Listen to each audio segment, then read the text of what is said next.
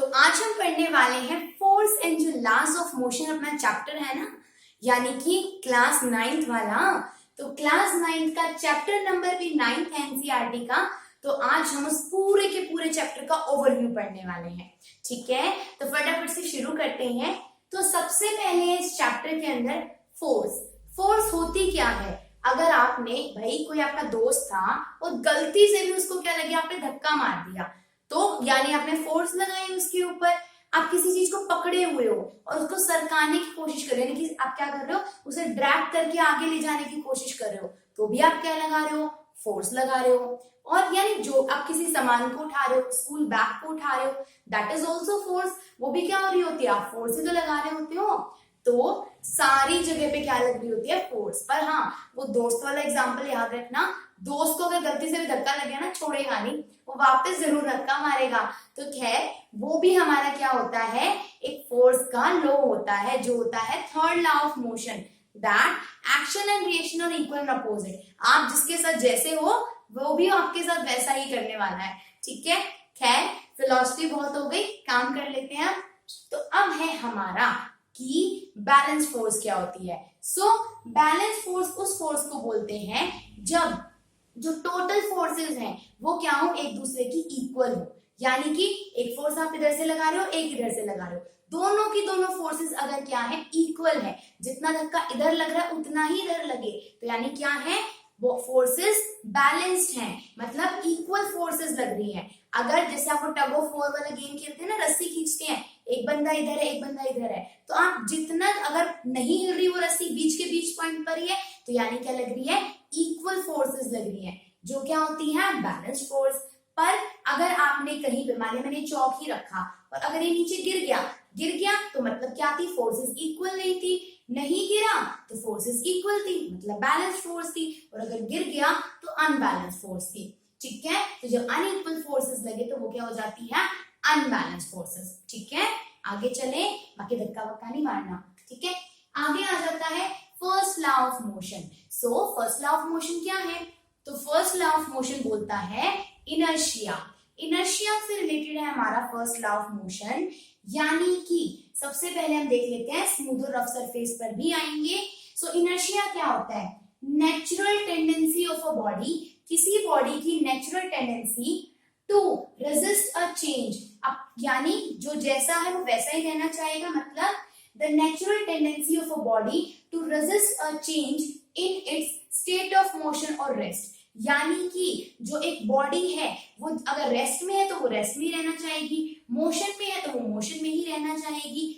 तो जो क्या होती है, इनर्शिया एक नेचुरल टेंडेंसी है किसी भी बॉडी की जो रेजिस्ट करती है किसी भी चेंज को। अगर बाई चांस एमसीक्यूज में पूछ लिया जाए तो या 1 मार्क में, तो आप क्या लिखोगे, इनर्शिया एक नेचुरल टेंडेंसी है किसी भी बॉडी की जो क्या करती है, रेजिस्ट करती है किसी भी चेंज को। क्या करती है, रेजिस्ट करेगी वो। ठीक है, उसके बाद में हमारे पास एक वर्ड मैंने लिखा हुआ है मास। अभी मास क्या है, तो जो मीजर होता है इनर्शिया का, यानी इनर्शिया किसके अंदर ज्यादा है या किस चीज से आप इनर्शिया को मापोगे।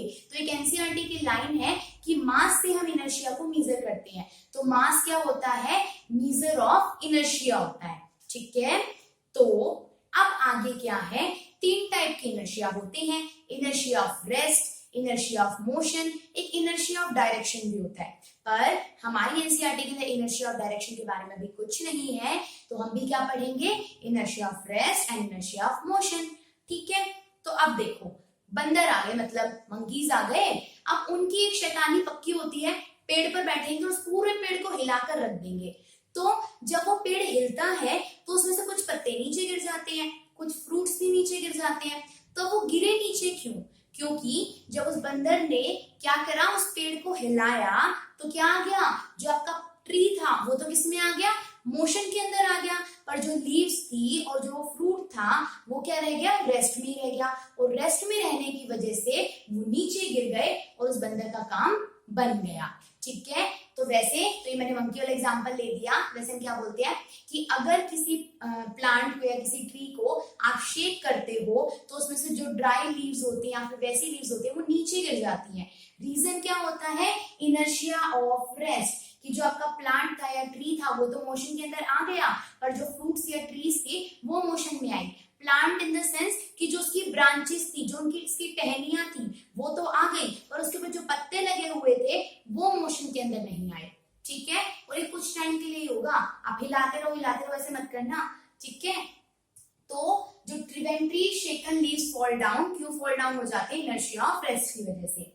फिर carpet beaten dust particle falls, अगर आपके घर पे कोई कारपेट है और आपको उसमें से डस्ट पार्टिकल निकालने हैं तो कारपेट को एक स्टिक लेंगे और उसको बार बार उसके ऊपर क्या करेंगे, हम एक तरीके से उसको बीट करेंगे कारपेट को। तो कुछ टाइम के बाद में आप देखोगे कि जो डस्ट पार्टिकल है वो तो नीचे गिर जाएंगे और कारपेट आपका साफ हो जाएगा।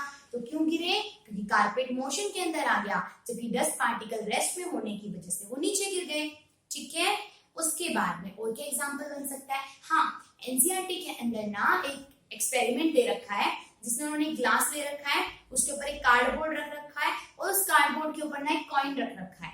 ठीक है, तो वो बोलता है कि एकदम से जर्की मोशन से, मतलब फटाफट से वो उस कार्डबोर्ड को वहां से हटाएगा तो वो कॉइन है जो उस ग्लास के अंदर गिर जाएगा।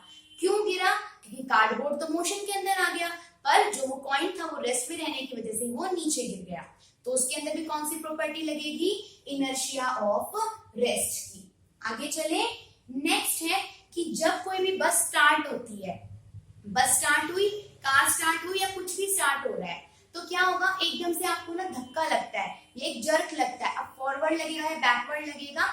तो देखो, जब बस स्टार्ट होती है तो आपको एकदम से पीछे की साइड धक्का लगता है। ठीक है, ये एक जर्क होगा, मतलब आपको धक्का लगता है ना। तो ऐसा क्यों होता है? अगर वो एकदम से स्टार्ट हो, ऐसा नहीं कि धीरे धीरे स्टार्ट हो रही है, एकदम से अगर वो स्टार्ट होती है तो क्या होगा? वहां पर आपको एक जर्क लगता है, यानी एक झटका लगता है। तो वो भी क्यों लगता है? क्योंकि जो कार थी वो तो मोशन के अंदर आ गई, पर आपकी बॉडी तो रेस्ट में ही थी, इसीलिए। और एक चीज और आती है कि जो आपके पैर थे ना वो तो गाड़ी के साथ साथ में मोशन में आ जाते हैं, पर अपर बॉडी मोशन में नहीं आती, इसलिए सिर्फ ऊपर आपके पूरी बॉडी आगे नहीं आती, सिर्फ जो आपका आगे वाला हिस्सा होता है ना बॉडी का, वो आगे की साइड आता है। जब आगे की साइड तो जब आता है जब ब्रेक लगते हैं एकदम से, जब बस वगैरह स्टार्ट होती है तो एकदम पीछे की साइड धक्का लगता है। ठीक है, तो वो क्यों आया? क्योंकि जो आपकी अपर बॉडी थी वो क्या हुई? अगर बस स्टार्ट हो रही है तो बस मोशन में आ गई, ऊपर बॉडी रेस्ट में थी, तो आपको झटका लगेगा। अगर उल्टा हुआ, बस तो रेस्ट में आ गई, अगर बस रेस्ट में आ गई, एकदम से ब्रेक लगा दिया, बस रेस्ट में, हमारी बॉडी तो बस के साथ में आराम से मोशन में चल रही थी, यानी कि जब वो बस स्टार्ट हो रही होती है तो कुछ टाइम के लिए हमारी बॉडी रेस्ट में होती है, पर कुछ टाइम के बाद में वो साथ में ही बस के साथ में हमारी बॉडी भी मोशन में आ जाती है। पर जैसे ही वो बस रुकेगी तो फिर से बस तो एकदम से तभी की तभी रेस्ट में आ गई, लेकिन बॉडी रेस्ट में आ नहीं पाई, तो फिर से क्या लगेगा? झटका लगेगा। लेकिन जब बस रेस्ट में थी तो इनर्शिया ऑफ, जब बस रेस्ट में आई यानी ब्रेक लगे तो किसकी वजह से आपको जर्क लगा? इनर्शिया ऑफ किसकी वजह से? मोशन की वजह से, क्योंकि बॉडी मोशन में थी, बस रेस्ट में आ गई। जब बस रेस्ट में थी और आपकी बॉडी मोशन में थी, ठीक है। दूसरा केस क्या पढ़ा? जब बस आपकी मोशन में आ गई और बॉडी रेस्ट में थी, तो यानी हमें देखना है बॉडी, अगर हमारी बॉडी रेस्ट तो हमारी बॉडी को झटका क्यों लगेगा? इनर्शिया ऑफ रेस्ट की वजह से। हमारी बॉडी मोशन में तो हमें झटका क्यों लगेगा? इनर्शिया ऑफ मोशन की वजह से। ठीक है, आगे चले। तो ये पढ़ लिया हमने इनर्शिया ऑफ रेस्ट और इनर्शिया ऑफ मोशन के कॉन्सेप्ट। हम रेस्ट में तो इनर्शिया ऑफ रेस्ट की वजह से झटका, हम मोशन में तो इनर्शिया ऑफ मोशन की वजह से झटका। ठीक है, आगे चलते हैं। नेक्स्ट दे रखा है second law of motion. Second law of motion बोलता है P is equal to mv, यानी कि मोमेंटम। तो अब यहाँ से दो तीन फॉर्मूले बनेंगे, यानी सेकेंड लॉ ऑफ मोशन किसके ऊपर बेस्ड है? मोमेंटम के ऊपर। फर्स्ट लॉ इनर्शिया के ऊपर, और थर्ड लॉ आप पढ़ोगे action and reaction are equal and opposite. तो फर्स्ट बोलता है P is equal to mv, m होगा मास, v होगी वेलोसिटी बॉडी की, P क्या था? आपका मोमेंटम था। आगे चेंज इन मोमेंटम हमें क्या बताता है?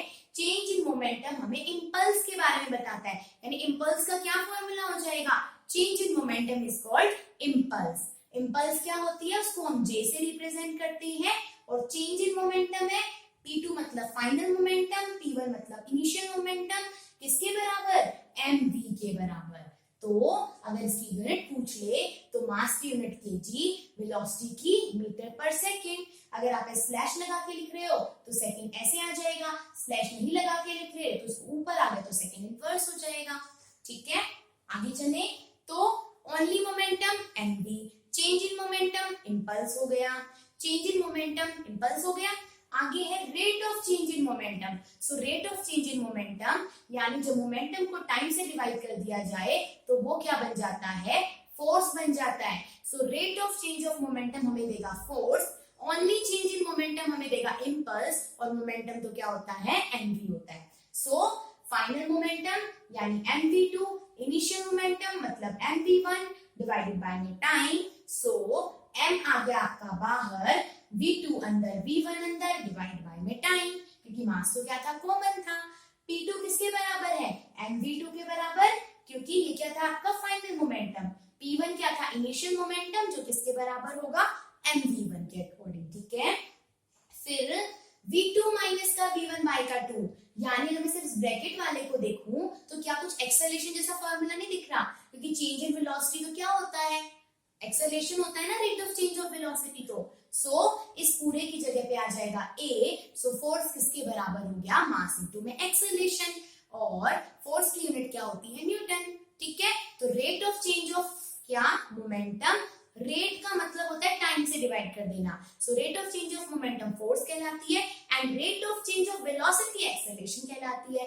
यानी देखो v2 माइनस का v1, वेलोसिटी का चेंज निकाल लिया, डिवाइड कर दिया टाइम से, तो ये बन गया एक्सेलरेशन। सो फोर्स की यूनिट क्या होती है, न्यूटन, या फिर क्या लिख सकते हो, मास की वजह से केजी, और एक्सेलरेशन की वजह से मीटर पर सेकंड स्क्वायर।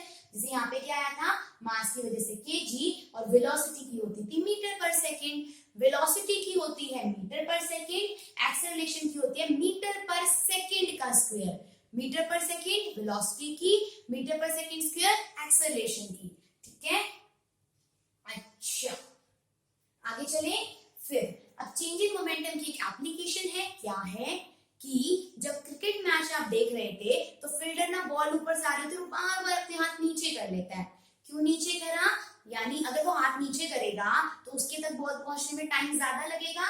फोर्स वाला फॉर्मूला देखो जरा, ये था, फोर्स किसके बराबर थी, m v2 minus v1 upon में t, यानी कि टाइम ज्यादा तो फोर्स क्या लगेगी, कम लगेगी। यहाँ पर दोबारा से फॉर्मूला लिखूं, फोर्स का क्या फॉर्मूला है हमारा, m v2 माइनस का v1 बाय का t।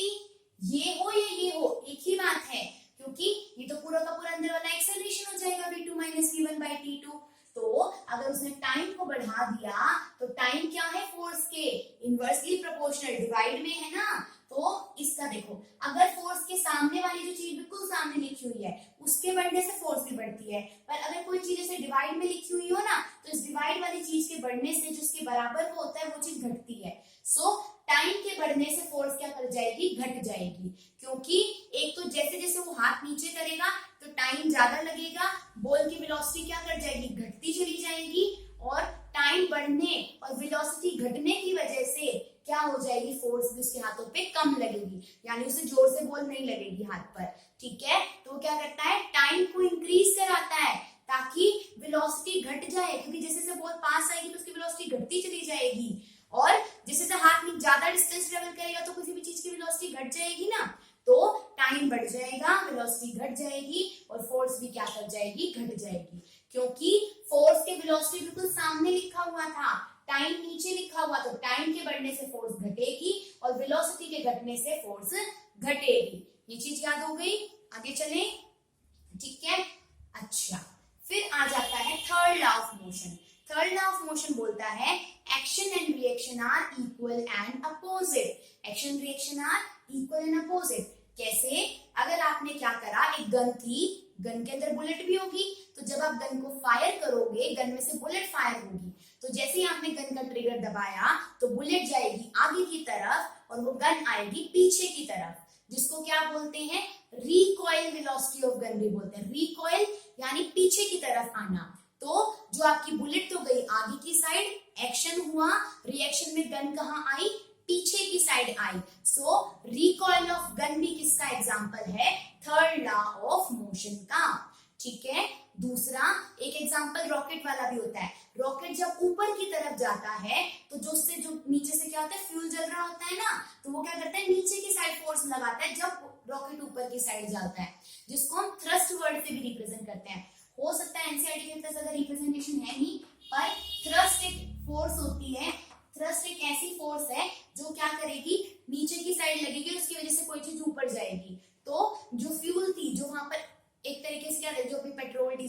डीजल तो नहीं लेके जाते वो लोग, जो भी फ्यूल उन्होंने रॉकेट के अंदर यूज करा उसकी वजह से नीचे की साइड फोर्स लगेगी और रॉकेट कहाँ जाएगा, ऊपर की साइड जाएगा। ठीक है, आप घर में जब दिवाली पे रॉकेट जलाते हो तब भी तो नीचे की साइड में फोर्स लगता है, वो जिस बॉटल के अंदर आपने जलाया वो क्या हो जाती है, इधर उधर गिर जाती है ना, रॉकेट ऊपर चला जाता है। एकदम से फोर्स लगाकर गया तो नीचे फोर्स लगी, उसकी वजह से ऊपर फोर्स लगी, एक्शन एंड रिएक्शन हुआ। ठीक है, तो वो भी किसका एग्जांपल है, थर्ड लॉ ऑफ मोशन का। ये भी नहीं तो एक एग्जांपल और होता है कि जब आप अगर बोट में कहीं पे घूमने गए हो तो जैसे ही आप बोट से बाहर आओगे तो आप तो आगे आओगे और बोट कहाँ जाती है, पीछे की साइड जाती है। ठीक है, वो अगर आप बोट से उतर रहे हो तो आप आगे की साइड जाओगे तो बोट कहाँ जाएगी, पीछे की साइड, आप आगे तो बोट पीछे। तो ये भी किसका एग्जांपल है, थर्ड लॉ ऑफ मोशन का। ठीक है, अब ये हो गए। अब एक छोटी सी चीज रह गई थी और वो क्या थी, smooth surface and rough surface. Smooth surface बिल्कुल प्लेन है, आपने अभी भी मार्बल करवाया है, घर में नई नई टाइल्स लगवाई हैं तो वहां पे स्लिप हो जाते हैं ना, तो स्लिप क्यों हो जाते हैं, क्योंकि वहां पर फ्रिक्शनल फोर्स नहीं होती इतनी ज्यादा। तो जहां पर फ्रिक्शनल फोर्स कम होगी या फिर नहीं होगी वहां पर स्लिप होने के चांसेस क्या होते हैं, ज्यादा होते हैं। तो स्मूथ सरफेस के ऊपर या तो फ्रिक्शन होती नहीं है या फिर बहुत कम होती है।